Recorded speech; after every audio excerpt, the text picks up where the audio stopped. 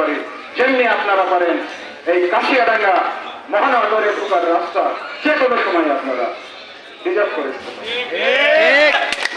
সেই অঞ্চলের নেতৃত্বই যদি নেতৃত্বে না আসে তাহলে আমাদের আশা আকাঙ্ক্ষার কিছু থাকে না।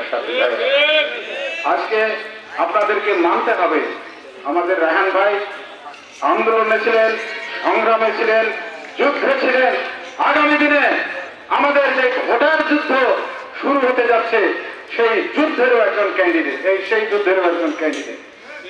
আপনারা তার এলাকার বাসিন্দা, আপনাদের উপরে রায়হান ভাইয়ের হক আছে কিনা বলেন ভাইরা? রায়হান ভাইয়ের উপরেও কিন্তু আমার সাথী ভাইদের হক আছে। যেমনি আমার হরিয়ান ইউনিয়নের বাসিন্দারা আপনার কথা শুনেছে, মিষ্টভাষী হিসাবে গ্রহণ করেছে, তারা আপনার সাথে চা খেতে চায়, আপনার বাসায় আসতে চেয়েছে, সময় দিবেন। আমি মনে করি এই অঞ্চলের সাধারণ মানুষেরও নেতৃত্ব দেবেন, তাদেরকে সব রকমের সুযোগ সুবিধা দিবেন।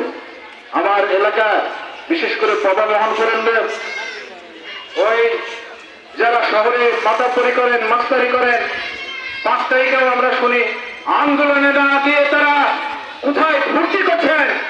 এই কথাগুলো আমাদের কানে যখন আসে তখন আমাদেরকে লজ্জা লাগে যে এই ধরনের লোক আমাদের রায়হান ভাই আমাদের পাশে থেকে যুদ্ধের দামাদা বাজিয়ে যেভাবে আমাদেরকে নেতৃত্ব দিয়েছেন, আমি মনে করি এই রায়হান ভাইয়ের নেতৃত্বে আগামী দিনে ভবনপুরের বাসিন্দারা, লুঙ্গি পরা বাসিন্দারা, পা ফাটা বাসিন্দারা আপনার পাশে সবসময় গিয়ে বসতে পারবে, অভাব অভিযোগের কথা বলতে পারবে, ধানের শীষের কথা বলতে পারবে।